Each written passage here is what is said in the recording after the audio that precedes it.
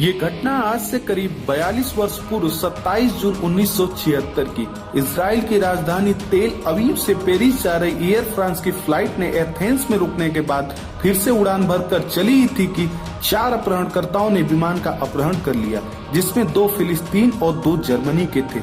इस विमान में ज्यादातर इजराइल के यहूदी नागरिक सवार थे। विमान को बंधक बनाने के बाद उन्होंने पायलट को लीबिया के साथ बेनागाजी चलने का आदेश दिया, जहां पर विमान में ईंधन भरा गया और उसके बाद विमान को युगांडा स्थित एंतेबे एयरपोर्ट पे लाया गया। उस समय युगांडा में तानाशाह ईदी अमीन का शासन था, जो कि अपहरणकर्ताओं से सहानुभूति रखता था और एक तरह से उनकी मदद कर रहा था। उसके बाद अपहरणकर्ताओं ने इजराइल से अपनी मांग रखी कि इजराइल, कीनिया और तत्कालीन पश्चिमी जर्मनी की जेलों में रह रहे 54 फिलिस्तीनी कैदियों को रिहा किया जाए, नहीं तो वे बंधकों को एक एक करके मारना शुरू कर देंगे। एक देश के रूप में इजराइल के लिए ये बहुत बड़े संकट की घड़ी थी। उसके सैकड़ों नागरिकों के जान का सवाल था और वहीं बंधकों में इजराइल के तत्कालीन प्रधानमंत्री राबिन्स के रिश्तेदार भी शामिल थे। इजराइल की सरकार पर 2 तरफा दबाव बनने लगा, एक ओर अपने देश के नागरिकों की सुरक्षा का और वहीं दूसरी ओर इजरायली आत्मसम्मान का, जो उन्हें अपहरणकर्ताओं के आगे घुटने टेकने नहीं दे रहा था। इस मौके पर इजराइल ने अमेरिका सहित कई देशों के सहारे युगांडा की सरकार पर दबाव बनाने का पूरा प्रयास किया, किंतु वे असफल रहे। बातचीत के हर पैंतरे आजमाने के बाद अंततः इजराइल ने उस आत्मघाती कदम को उठाने का निर्णय ले लिया, जिसके बारे में बड़ा से बड़ा देश शायद ही कभी अपने सपने में सोच पाए। जी हाँ, इजराइल की सरकार ने सैनिक कार्रवाई करने का निर्णय ले लिया और इजरायली सेना के 200 सर्वश्रेष्ठ सैनिकों को इस मिशन के लिए चुना गया।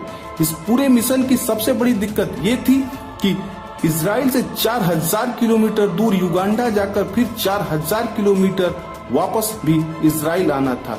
इसलिए हवा में ही उड़ते विमान से दूसरे विमान में ईंधन भरा गया, जो कि उस समय के लिहाज से बिल्कुल भी आसान काम नहीं था।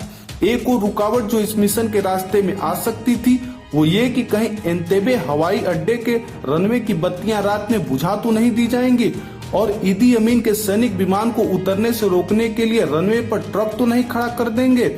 मिशन में आने वाली इन सारी परेशानियों से बिना घबराए हुए अंततः 4 जुलाई 1976 को इजराइल के साइनाइस बेस से 4 हरकुलिस जहाजों ने उड़ान भरा। सिर्फ 30 मीटर की ऊंचाई पर उड़ते हुए उन्होंने लाल सागर पार किया, ताकि मिस्र, सूडान और सऊदी अरब के रडार उन्हें पकड़ न पाए। रास्ते में इजरायली कमांडोज ने युगांडा के सैनिकों की वर्दी पहन ली।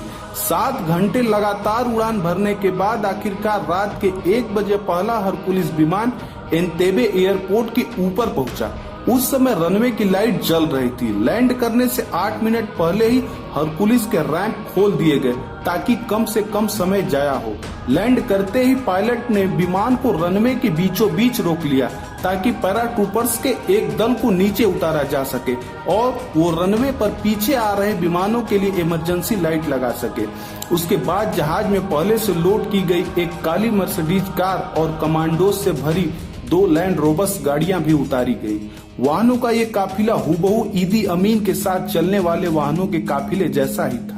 इजरायली उम्मीद कर रहे थे कि काली मर्सिडीज कार और वाहनों का वैसा ही काफिला देखकर युगांडा के सैनिक समझेंगे कि ईदी अमीन बंधकों से मिलने आए हैं। लेकिन इजरायलियों को ये पता नहीं था कि कुछ दिन पहले ही अमीन ने अपनी कार बदल ली है और अब वो सफेद मर्सिडीज कार का इस्तेमाल कर रहे हैं। यही वजह थी कि टर्मिनल के बाहर खड़े युगांडा के सैनिकों ने अपनी राइफलें निकाल ली, लेकिन इजरायली कमांडोज ने उन्हें साइलेंसर लगी बंदूकों से वहीं उड़ा दिया।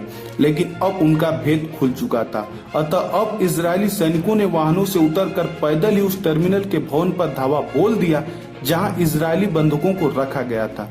कमांडोज ने बुलहार्न के जरिए बंदूकों से अंग्रेजी और हिब्रू में कहा कि वो इजरायली सैनिक हैं और उन्हें बचाने के लिए आए हैं। इजरायली सैनिकों ने यात्रियों से फौरन लेट जाने के लिए कहा और थोड़े देर के सैनिक कार्रवाई में सभी अपहरणकर्ताओं को मार गिराया गया। इस बीच 2 और इजरायली विमान वहां उतर चुके थे, उनमें भी इजरायली सैनिक थे। चौथा विमान पूरी तरह से खाली था, बचाए गए बंदूकों के लिए। एंतेबे पर उतरने के 20 मिनट के अंदर ही बंदूकों को लैंड रोवर्स में भरकर खाली विमान में पहुंचाया जाने लगा। इसी बीच युगांडाई सैनिकों ने गोलियां चलानी शुरू कर दी और पूरे हवाई अड्डे की लाइट बुझा दिए। किंतु सभी बाधाओं को पार करते हुए इजरायली सैनिकों ने इस अभियान को सफलता तक पहुंचाया और इस पूरे अभियान में इजराइल का सिर्फ एक सैनिक लेफ्टिनेंट कर्नल नेतन्याहू मारे गए।